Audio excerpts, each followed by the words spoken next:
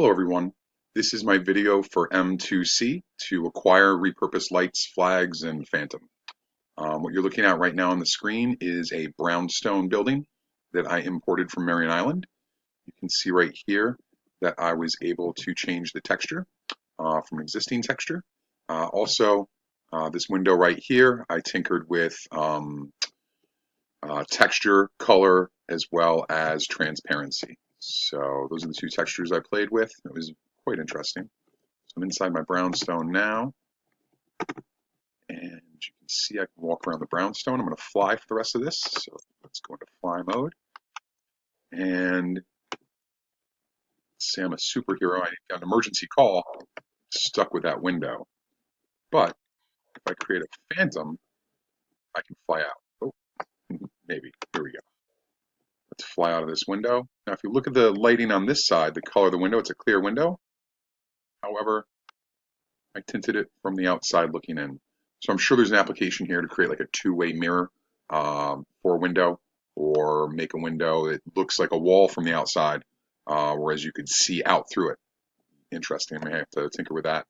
Um, so the rest of my world here, here's my video screen, and let's see. I imported a media to this Prim, and you can see that's a link to my Google Sites page. I've also tinkered with importing a media.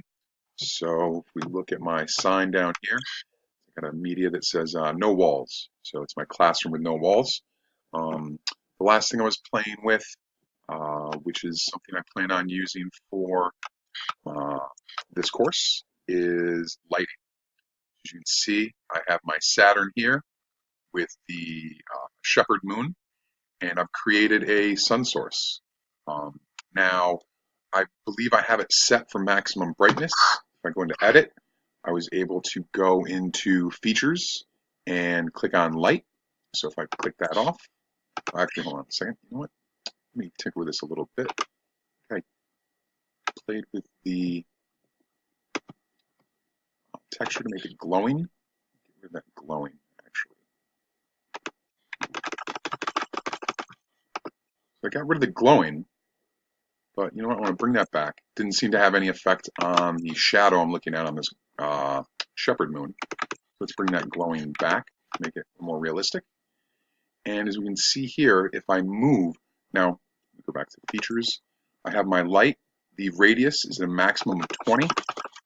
The fallout, fall off, which would be as you move away from the light, how much it fades as, according to distance, and the intensity. So I have it as maxed out as I can. As you can see here, I'm only getting a little bit. I'm not getting enough brightness to create any shadows or anything like that. What I found is, see if I move my sun, I can see it's lighting up that Shepherd moon. It's not showing a shadow, but it is lighting it up. A little bit closer. You can see the effect on my moon that shading is adjusting. Now what I'm thinking about doing is a simulation for students where I would create a light source as a sun. The only problem is I would have to get some more distance on it, and I could have 8 moons around the observer. The observer could turn and see the effects of the phases of the moon, where the observer would be looking at the viewpoint of it from the Earth. So let me just make sure I've got my object with a website, the light, the flexible path. I didn't point that out, but as you saw from our visit earlier, here is my path that I created with the sign. You can see it in the bottom right where my hand is. Let's see. And that is it. So everybody have a great week. If you could give me any insight onto the lighting on how to get this um, shedding more light over a greater distance. Also, I would like to create shadows with it. If anybody saw anything, that'd be fantastic. I did my sleuth work on the internet and couldn't find anything. Have a great day, everyone.